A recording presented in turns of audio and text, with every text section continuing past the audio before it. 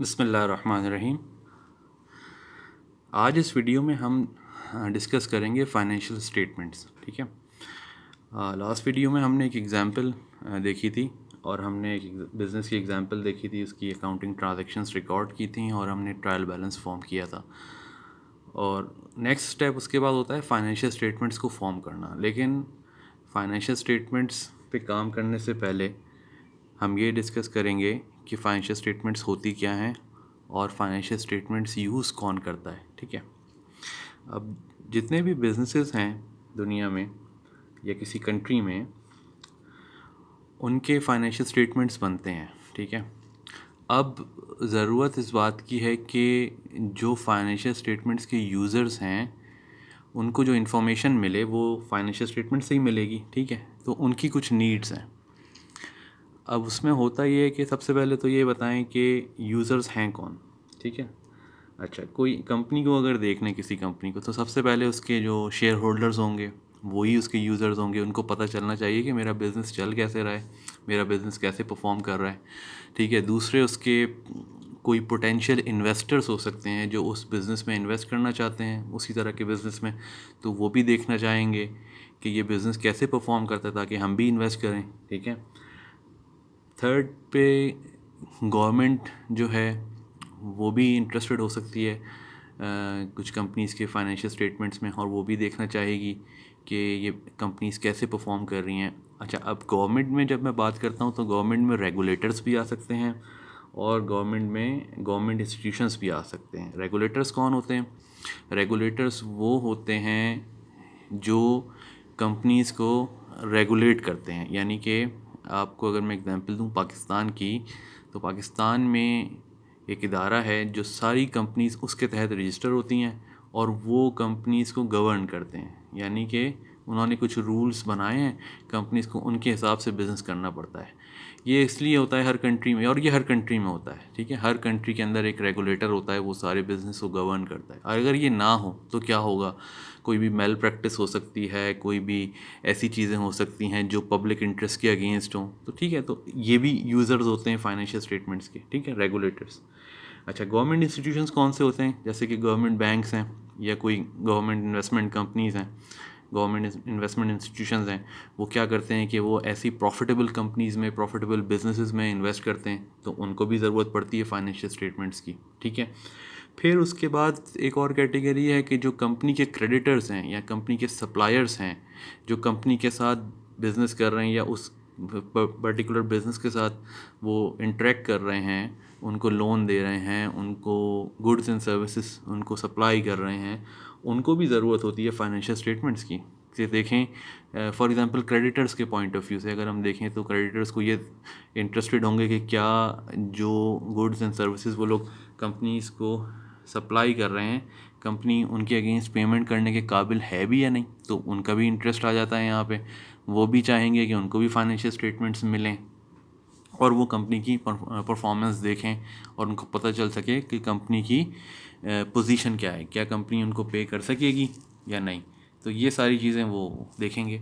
इसके अलावा कुछ रिसर्चर्स हो सकते हैं, कुछ यूनिवर्सिटीज़ हो सकती हैं जो डिफरेंट टाइप्स ऑफ बिजनेसेस में जो है रिसर्च कर रही हों, उनके लिए भी ये फाइनेंशियल स्टेटमेंट्स बेनिफिशियल होंगे। उनकी बेसिस पे वो इन्फॉर्मेशन लेके वो कोई रिसर्च स्टडी कर सकें। इसके अलावा कुछ मार्केटिंग कंपनीज़ होती हैं, वो भी चाहती हैं कि उनको भी ये डेटा मिले और वो देखें किसी पर्टिकुलर सेक्टर के ऊपर जो है ना वो फोकस करके कोई रिसर्च करें। फॉर एग्जांपल सीमेंट सेक्टर है, सीमेंट सेक्टर कंट्री में कैसे परफॉर्म कर रहा है, या फर्टिलाइज़र है, तो जितनी भी फर्टिलाइज़र मैन्युफैक्चरिंग कंपनीज़ होंगी उनको वो सारे फर्टिलाइज़र कंपनीज़ की फाइनेंशियल स्टेटमेंट्स देखेंगी और उनको देखेंगी कैसे वो परफॉर्म कर रहे हैं और उनमें क्या चीज़ है जो कॉमन है और कैसी प्रैक्टिसेस वो कर रहे हैं।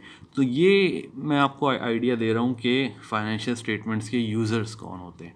लेकिन प्राइमरी यूज़र्स जो हैं इसके, वो खुद बिज़नेस के जो ओनर होते हैं। कंपनी के केस में उसके शेयर होल्डर्स होंगे, किसी और बिज़नेस सोल प्रोप्राइटर के केस में उसका ओनर होगा, पार्टनरशिप के केस में वो पार्टनर्स होंगे जो उस पार्टनरशिप को ओन करते होंगे। तो वो प्राइमरी यूज़र्स हैं। इसके अलावा और भी, जैसे मैंने आपको एग्जांपल्स दी सबकी, ये सारे यूज़र्स ऑफ फाइनेंशियल स्टेटमेंट्स कहलाते हैं। अच्छा, अब फाइनेंशियल स्टेटमेंट्स के जब इतने सारे यूज़र्स हैं तो इस बात की ज़रूरत है कि फाइनेंशियल स्टेटमेंट्स जो बने वो ऐसे सेट ऑफ रूल्स के तहत बने कि उनमें एक कंपैरिजन किया जा सके, यानी कि जो भी रूल्स अप्लाई हों business to business, companies to companies, वो स्टैंडर्ड रूल्स हों ताकि हम हर कंपनी के फाइनेंशियल स्टेटमेंट्स कंपेयर किए कर सकें। ठीक है, अगर उनमें वो रूल्स फॉलो नहीं करेंगे सेम, तो कंपैरिजन सही नहीं हो सकता ना। जैसे एप्पल टू एप्पल कंपैरिजन करेंगे ना, आप एप्पल टू बनाना तो कंपेयर नहीं कर सकते। ठीक है, तो इसलिए एक सेट ऑफ रूल्स की ज़रूरत होती है। उस सेट ऑफ रूल्स को कहते हैं फाइनेंशियल रिपोर्टिंग फ्रेमवर्क। ठीक है, हर कंट्री के अंदर एक फाइनेंशियल रिपोर्टिंग फ्रेमवर्क होता है जो कि डिफ़ाइन करता है सारे रूल्स को, जिसके तहत फाइनेंशियल स्टेटमेंट्स प्रिपेयर किए जाएंगे। ठीक है, और वो हर कंट्री के अंदर होता है। अच्छा, अब इसको ज़रा अगर आप कंट्री से ज़रा और ज़्यादा आगे बढ़ें तो हम ये भी कह सकते हैं कि एक ऐसा ग्लोबल फाइनेंशियल रिपोर्टिंग फ्रेमवर्क हो जिससे किसी भी कंट्री की बिजनेसेस जो हैं और कंपनीज को हम उसके फाइनेंशियल डेटा को कंपेयर कर सकें। ऐसा भी होता है। ठीक है, तो इंटरनेशनली भी कुछ स्टैंडर्ड्स फॉलो किए जाते हैं जिसको हम इंटरनेशनल फाइनेंशियल रिपोर्टिंग स्टैंडर्ड्स कहते हैं। ठीक है, कुछ कंट्रीज़ हैं जिनके अपने फाइनेंशियल रिपोर्टिंग फ्रेमवर्क है। फॉर एग्जांपल यूएस में क्या होता है कि उनके अपने फाइनेंशियल रिपोर्टिंग फ्रेमवर्क है, उसको कहते हैं US gap, United states generally accepted accounting principles, उसको यूएस गैप कहते हैं। ठीक है, तो वहाँ पे वो इंटरनेशनल स्टैंडर्ड्स फॉलो नहीं करते, वो अपना यूएस गैप फॉलो करते हैं। ठीक है, बताने का मकसद ये है कि हर कंट्री के अंदर एक फाइनेंशियल रिपोर्टिंग फ्रेमवर्क होता है जिसके तहत सारी कंपनीज, सारे बिजनेसेस अपने फाइनेंशियल स्टेटमेंट्स प्रिपेयर करते हैं ताकि इन सबको आपस में कंपेयर किया जा सके, इनमें सब में एक कन्फॉर्मिटी हो। ठीक है, अच्छा, अब फाइनेंशियल स्टेटमेंट्स के कंपोनेंट्स क्या हैं? जो फाइनेंशियल स्टेटमेंट्स के मेन कंपोनेंट्स हैं वो ये हैं कि सबसे पहले आपको इसमें नज़र आएगी एक बैलेंस शीट। सबसे पहली स्टेटमेंट जो इसके अंदर होती है बैलेंस शीट, इसको स्टेटमेंट ऑफ फाइनेंशियल पोजीशन भी कहते हैं। ठीक है, हम इसकी डिटेल में जाएंगे कि इसमें क्या क्या एलिमेंट्स होते हैं। अभी आप ये समझ लें कि ये आप कंपोनेंट्स पहले समझ लें। ठीक है, फिर हम इसकी डिटेल में जाएंगे इसके इसमें क्या क्या एलिमेंट्स होते हैं और इसमें इसको बनाते कैसे हैं। ठीक है, तो सबसे पहली स्टेटमेंट हो गई बैलेंस शीट या स्टेटमेंट ऑफ फाइनेंशियल पोजीशन। दूसरी जो सबसे इंपॉर्टेंट स्टेटमेंट होती है वो होती है income statement, statement of income, profit and loss account या इनकम स्टेटमेंट।